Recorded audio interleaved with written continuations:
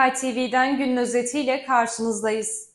AK Parti Genel Başkan Yardımcısı Mustafa Demir, AK Parti İl Başkanlığı'nda düzenlenen basın toplantısında terör örgütü PKK'nın fesih ve silah bırakma kararına ilişkin açıklamalarda bulundu. Öte yandan Kayseri Büyükşehir Belediye Başkanı Memduh Büyükkılıç, Mustafa Demir'i makamında ağırladı. Kayseri'de drift yaparak çevreyi rahatsız eden sürücüye 46.392 lira ceza uygulandı.